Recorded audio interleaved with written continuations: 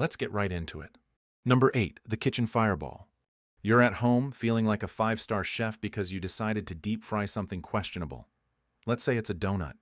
The oil is shimmering, the dough is sizzling, and then, without warning, your pan of liquid gold erupts into a column of angry, dancing flames. This is a grease fire. Your brain, running on ancient software that equates fire with water, screams at you to grab the nearest cup and douse it. It's a simple, elegant solution that has worked for campfires since the dawn of time. Except, if you do that, you will instantly turn a manageable problem into a full-blown disaster movie special effect. See, water and oil are mortal enemies. The water, being much denser, plummets straight through the burning oil to the bottom of the hot pan. There, it flashes into steam almost instantly, expanding with explosive force at about 1,700 times its original volume. This steam-powered explosion atomizes the burning grease, launching a cloud of fiery death into the air that will eagerly latch onto your ceiling, your curtains, and your very surprised face. You didn't put the fire out, you gave it wings. The real solution is to calmly slide a metal lid or a baking sheet over the pan, cutting off the oxygen and smothering the flames. But that requires remembering basic science instead of giving in to explosive panic. Number 7, the Hollywood Snakebite. Picture this. You're on a scenic hike, enjoying nature, when you suddenly feel a sharp, searing pain in your ankle. You look down to see 2 tiny puncture wounds, the unmistakable signature of a venomous snake that did not appreciate you stepping on its afternoon nap. Panic sets in, but then you remember every survival movie you've ever seen. The hero, or their rugged companion, immediately drops to their knees, presses their mouth to the wound, and heroically sucks out the poison, spitting it on the ground with grim determination. It's a powerful scene. It is also powerfully wrong. The venom isn't just sitting there in a convenient little pocket under your skin. It's injected deep into your muscle tissue and lymphatic system, where it immediately starts to travel. What you will do is introduce a disgusting slurry of mouth bacteria directly into the wound, which is a fantastic way to get a serious infection. Even better, if you have a tiny cut, a canker sore, or any small abrasion in your mouth, you're just giving that venom a VIP pass directly into your own bloodstream. The correct move is to keep the limb immobilized, position it below the heart, and get professional medical help as fast as you can. It's far less dramatic, but it has the distinct advantage of actually working. Number 6, the Tornado Overpass. A storm is brewing. The sky turns a sickly shade of green, the sirens start wailing, and you see it on the horizon, a massive, swirling funnel of doom. You're in your car, caught on the highway with nowhere to go. Then, you see it up ahead.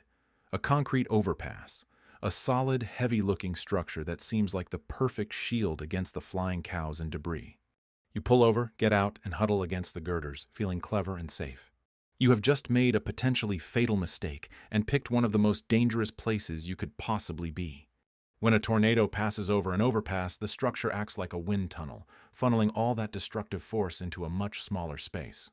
This causes the wind speed to accelerate dramatically, creating a vortex of flying debris, sand, rocks, glass, that essentially sandblasts anything huddled underneath. You're not being shielded, you're being trapped in a high-pressure blender. The suction can be strong enough to literally pull you out from under the bridge and throw you.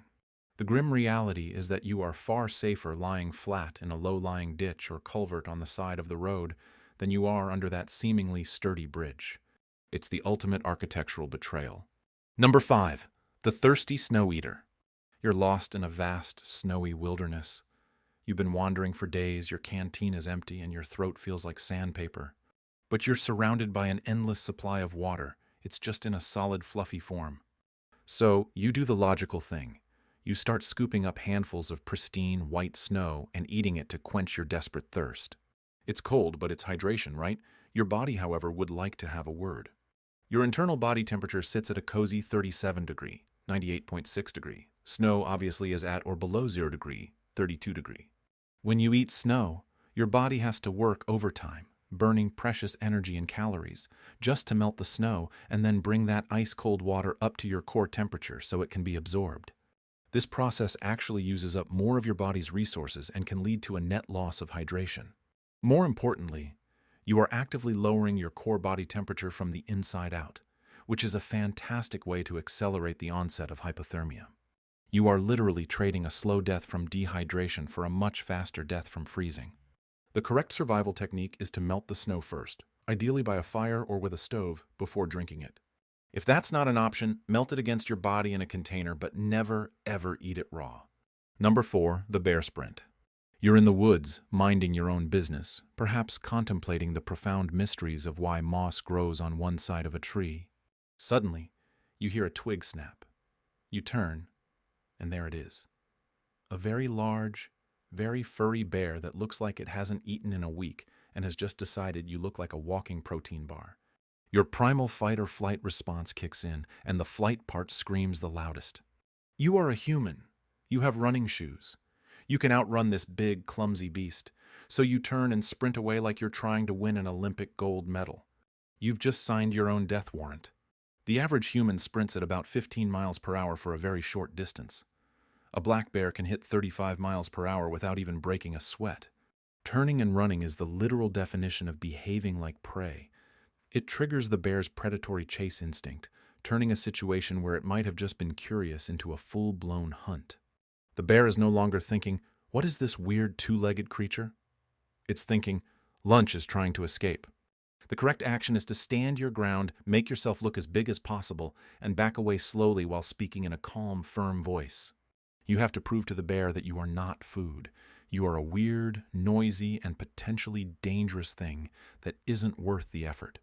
It goes against every instinct in your body, but it's the one thing that might save you from becoming an afternoon snack. Number 3, the Cactus Fountain. The desert sun is relentless. You're lost, dehydrated, and every grainy dune looks the same. Your lips are cracked, your head is pounding, and you're starting to see shimmering oases that are definitely not there.